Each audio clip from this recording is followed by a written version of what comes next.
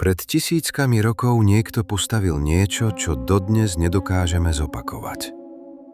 Veľká pyramída v Gíze stojí na 5-hektárovej základni s odchýlkou iba 8 mm. Keby sme sa o to pokúsili dnes s modernou technológiou, odchýlka by bola 4 cm. 5-krát horšie. To nie je náhoda. To je zámer. Na stenách egyptských chrámov nájdeme postavy, ktoré nás po stáročia miatli. Ľudské telá s hlavami sokolov, šakalov, ibisov. Egyptológovia ich nazvali bohmi. Staroveký Egypt označili za politeistickú civilizáciu, uctievajúcu zvieratá. Čo keby to bol nesprávny preklad? Čo keby sme 5000 rokov čítali tieto symboly zle? Slovo, o ktorom hovoríme, je neter. Egyptológovia ho preložili ako boh alebo bohyňa. Ale skutočný význam tohto slova je iný.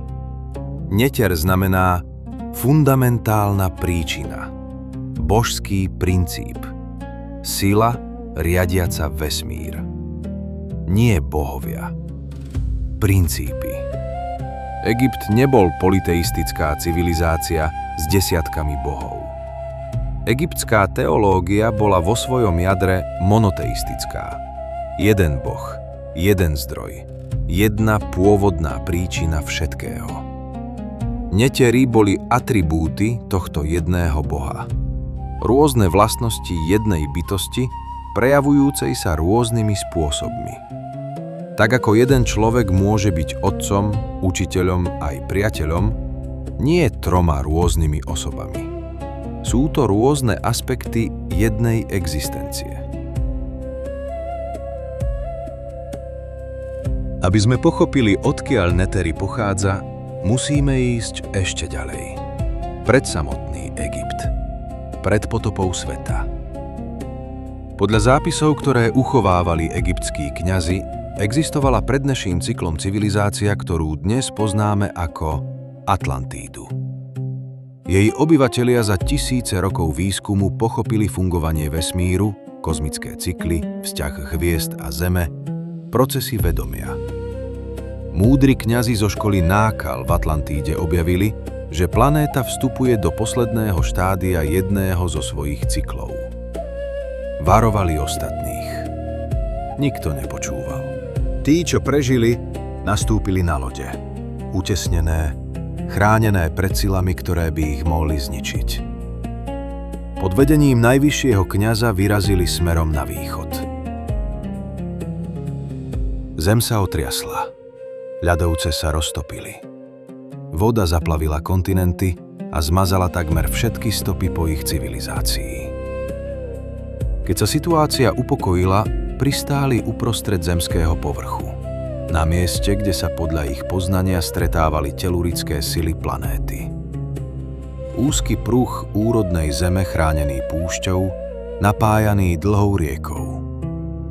Dali mu meno Egypt. Zem vynorená z vôd. A toto obdobie nazvali Zeb Tepi. Nová doba. Títo kňazi neprišli budovať ríšu. Neprišli dobíjať. Prišli s jedným zámerom. Vytvoriť civilizáciu, ktorá by pomohla ľudstvu zdokonaliť sa. Nie materiálne. Vnútorne. Verili, že rozvoj človeka nie je postavený na bohatstve ani moci, ale na získaní vnútorného pokoja a harmónie. Na ceste od živočícha k nadčloveku. A na odovzdanie tohto poznania vytvorili systém. Systém, ktorý by pretrvával tisíce rokov. Ktorý by bol zrozumiteľný na viacerých úrovniach súčasne. Pre prostý ľud, aj pre zasvetených. Tento systém sa nazýval Škola mystérií Hórovho oka. A jeho jazykom boli netery. Kňazi školy dôkladne pozorovali prírodu. Správanie zvierat, ich vlastnosti, ich inštinkty. Potom vybrali tie, ktoré najlepšie symbolizovali konkrétnu silu alebo vlastnosť. Sokol má najlepší zrak spomedzi všetkých vtákov. Má optický mozog, panoramatické videnie, schopnosť sústrediť sa na každý detail. Preto ľudská postava s hlavou sokola symbolizuje toho, kto všetko vidí. Nesmrteľné vedomie, ktoré stojí nad materiálnymi obmedzeniami. Šakal nachádza cestu v púšti aj v tme. Preto sa stal symbolom sprievodcu dušou medzi svetmi. Ibis je vták precízny, trpezlivý, systematický. Preto nesie hlavu toho, kto zaznamenáva, hodnotí a archivuje. Božský pisár. Každá postava je symbol. Každý symbol je informácia. Každá informácia je vrstva poznania.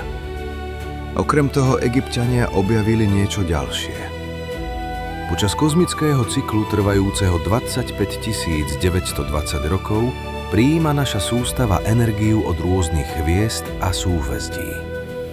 Tento cyklus rozdelili na 12 síl, 12 období, z ktorých každé trvá približne 2160 rokov. Každá sila predkladá ľudstvu iné situácie, iné výzvy, iné lekcie. Tieto nebeské energie tiež nazvali netery. Systém neterov bol teda dvojitý. Na jednej strane aspekty jedného boha, na druhej kozmické sily formujúce vedomie ľudstva v čase.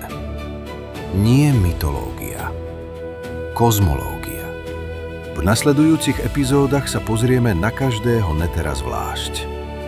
Nie ako na postavu z dávneho panteónu, ale ako na princíp, ktorý môžeme pochopiť, študovať a rozpoznať v štruktúre vesmíru aj v sebe samých. Začneme tam, kde začal Egypt. Na začiatku všetkého.